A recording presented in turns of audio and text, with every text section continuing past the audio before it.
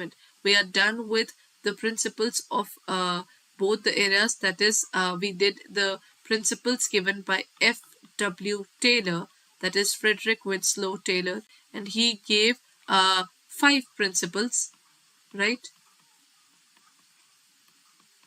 While the second one is Henry Fayol,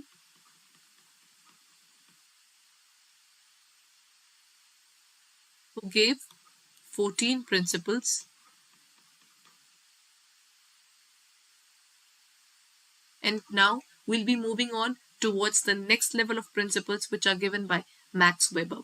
I think the bureaucratic principles of Max Weber, you'll be able to relate it way too much, because that is something, that kind of management led to the recruitment cycle that we deal with today. Every person who's applying for the government job, for the banking sector, we have to go through a specific examination. If we clear that examination, only then we are considered as someone who is eligible for the job profile, right? So all these things came from the ideologies, not exactly we can say, but yeah, a good part of it is based upon the principles which are given by Max Weber. Okay, before we look forward to that, let's understand who is Max Weber.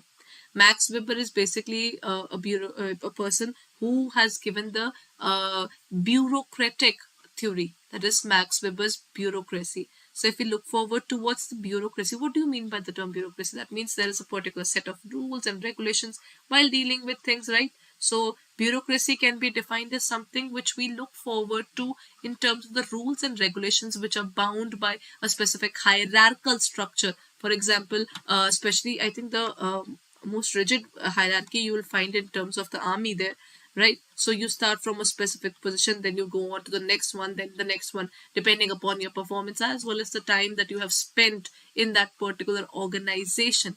That particular thing has been defined as bureaucracy. But when we look forward towards bureaucracy, what are the costs of the same? What are the benefits and what are the repercussions, or you can say the disadvantages of this particular setup as well now? So let's talk about what was bureaucracy as per Max Weber. Bureaucracy is basically an organizational structure, as I told you. For example, if you start your job in army there, you start with lieutenant in a country. Then you look forward towards the next level. First of all, you become captain. This is army. Then you become a major, and then you become lieutenant colonel. Then you become colonel. Then you become brigadier. That has been a defined positions that a person look forward to, isn't it? So that's how we define the entire area of the positions that a person can gain while working in army. In an organization, even we look forward to that. First of all, we define certain things which are management based, and how do they look forward to in terms of the management. This is what we talk about. Now, when we talk about the bureaucracy is basically an organization structure that is characterized by, they have many rules, they have standardized processes, they have procedures, and they have requirements. Okay, if you're joining army, there's a specific area in terms of the physical training. They have their age criteria. They have so many things. The same thing goes in the banking area as well. Everybody would have gone through the examinations. You gave the examination. Then first of all, you cleared the, if you're looking forward towards the PO level, that means first of all, you gave the examination, or the clerical level. Everywhere there was a specific notification that came out, and on the basis of notification, the person gives the examination. Then they move towards the next level, then the next level. Back promotion examinations are definitely there. At the same time, the CAIIB, CAIIB examinations are there. What is it? These are standardized ways of growing up in the hierarchy of that organization. There's a process. We all enter our organizations at a specific age, or based upon the criteria of the age. The next level of promotion is also there. The time that you have served in the organization will also determine your growth. So all these things are there now. The number of desks, the meticulous division of labor. See, a few people would be involved in the area of recording the transactions. A few people would be involved in marketing. Few people in production. How do we define these things? The division of labor is possible because we have taken all these people undergoing through the era of everybody has gone through tests, right? So while going through the test, we know what are their skills. So once you know their skill set, then you will divide the labor based upon their skill set. And this will help them a lot in their growth as well as the organizational growth. Because think about it, if a person is working in their area of interest, they will automatically grow, right? Then the next point is responsibility and clear hierarchies or professional and almost interpersonal interconnections between employees. But bureaucracy has one thing that which I could personally see. They talk about skill set. They talk about division of labor. They talk about growth in the organization. There are so many things this particular theory talks about. But there's one thing which I couldn't find here. That is the existence of an informal organization. Think about it. That's one of the disadvantages of Max Weber theory there, right? Because we are so lost in the rules, we are so lost in the regulations, we are so lost in choosing the right person for the right job there. There are certain things that we just overlook. What are those? Think about it. If you keep, if I leave my phone with my laptop, what are the odds that both of these things would talk to each other? Zero. But if I sit around with a certain person every single day, there would be a regular talking with each other slowly and steadily. Either we'll become friends or either we might be having any differences, but we'll still interact. That means even though we start with the formal interaction, isn't it? It would end up being an informal interaction too. The bureaucracy is so rigid that sometimes, or rather sometimes or not, this bureaucratic theory is based upon the entire era of just working with the people.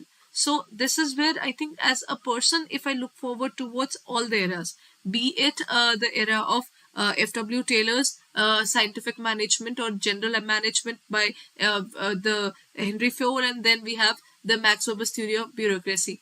I believe one of the best ones would be the general administration, because there Henry Ford believed that humans are have their own ways of thinking, have their own ways of working. Along with this, he included the portion of humans' thought process towards the working in an organization, his loyalty, everything there.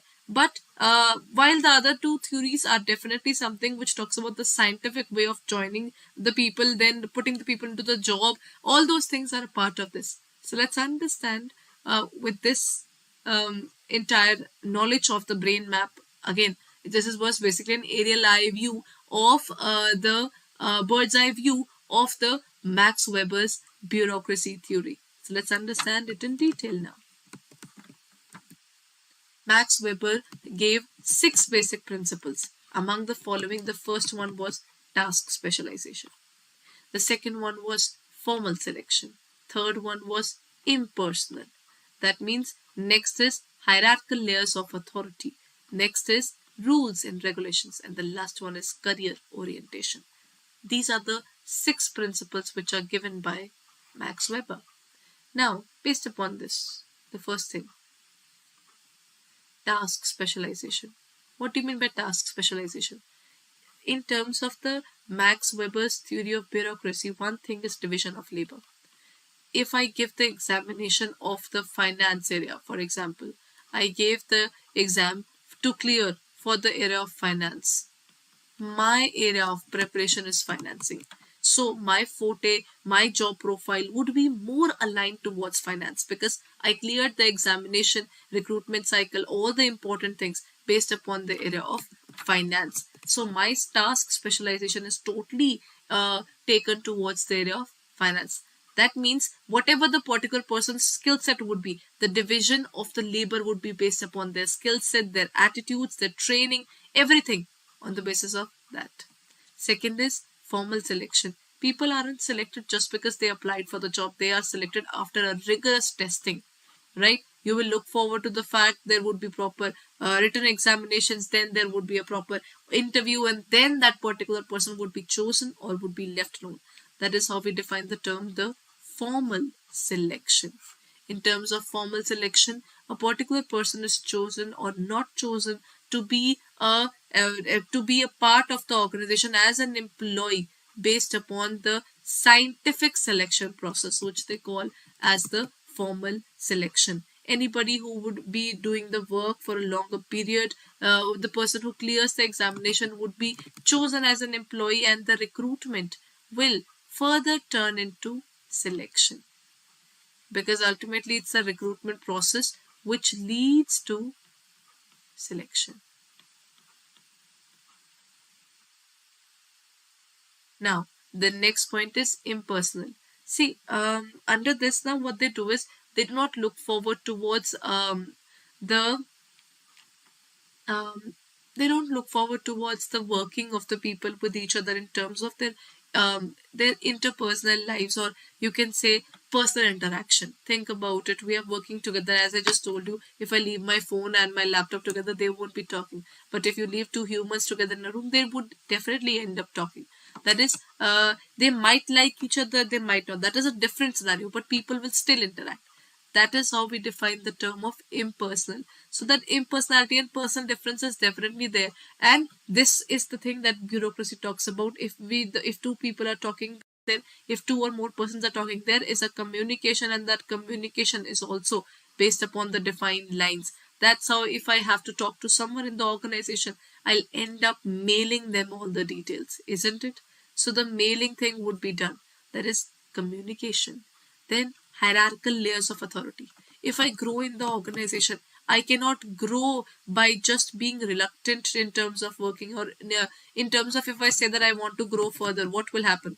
To grow further, the first thing is I'll start it from this level, then I'll go to the next level, then my superior, then super superior. So whatever that particular person is, my growth is based upon this path. That is how we define the hierarchical layers of authority, right? Your growth is already defined. Where as soon as you join the organization, for example, any of you would have joined as PO there. If anybody joins as a clerk there, anybody has a specific job profile. What will happen? Everybody knows after clearing how many examinations, after how much time, the salary would increase, your position would increase, your responsibility, your any growth in the organization is clearly visible to you. That is why people are running towards these kind of bureaucratic jobs now, because your growth is already defined. You know how you look forward towards these jobs. How can we define our growth? That is something which is possible. But for that, a proper hierarchical layers of authority are prepared way before the organization actually starts functioning. Next is the rules and regulations. Again, rigorous selection training is given. Selection is a basically rigorous process there. We choose people on the basis of scientific testing. Everything is done. And then you have regulations. Rules and regulations would mean that you are selected on a particular purpose. For example, there's a probation period as well, during which the particular person is evaluated, their growth is determined, their departments would be determined, especially on the basis of the probation period they are under. And then career orientation. Once you enter a specific career, if everything is already defined, you know where your path would go. That career orientation would be very strong when you look forward to it. I'm sorry. So the career orientation would be very stronger.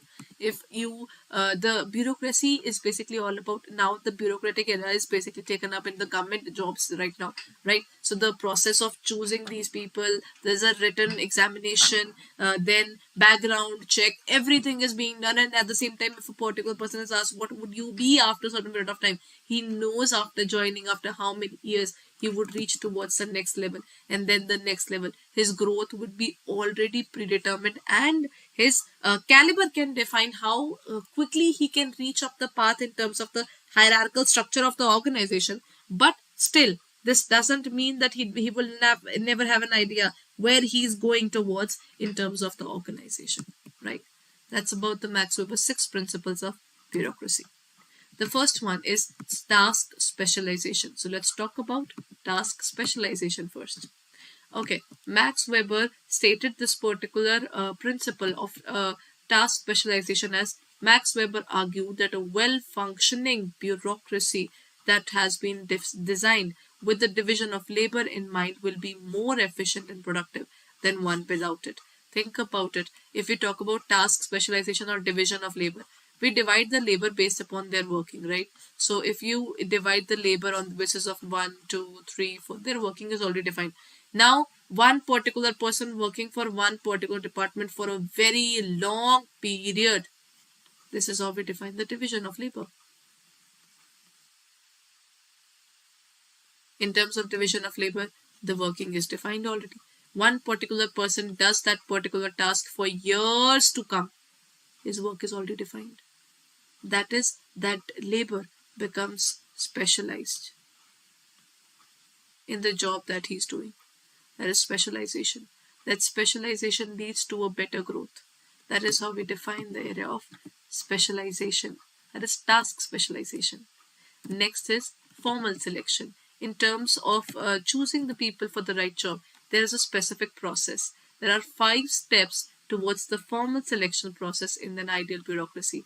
Bureaucratic jobs, one person has to apply for that. They have to apply for these positions. There is a specific interview when you are being chosen. For example, if you're applying for the clerical job or the PO job, then there is a specific way of applying for that particular job in terms of the bank PO, right? Or the bank, the clerk job. There they have a specific notification. The notification would be issued. Then the person who's interested in it would apply for the job, and based upon that, he will go to the next level. Then the organization selects people from this pool of applicants to get hired, and then finding replacements as needed. There is a vacancy. As soon as there's a vacancy, the people who move up in the hierarchical structure, then their position is definitely empty now. If anybody is going up, then his position in the organization is empty. Now the lower position would be filled by someone else, right? So that's about the bureaucracy structure. Then in terms of the hierarchical layers, what are the hierarchical layers here? We can say in terms of the bureaucratic management, the managerial structure is organized into hierarchical layers. So it can be, okay, when we look forward towards this was the pyramid for the structure of the people there. This is top, this is middle, and this is lower management.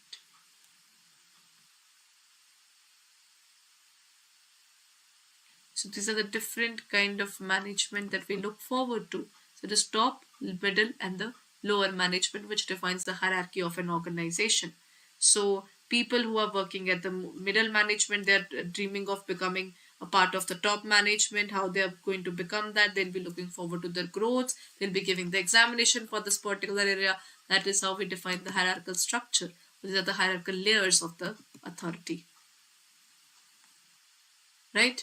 Okay. So let's end the session today. We'll be looking forward towards the Max Weber's entire theory in the upcoming class as well. In the next class, we'll have a crux of it, and we'll do a specific MCQ testing for the same as well. So we'll be dealing with the entire portion of the Max Weber's theory and the other theories in terms of the compilation in the upcoming class, right? So before I end my session, our batches for the CAIIB has started. So if you're looking forward to that, then you can check out our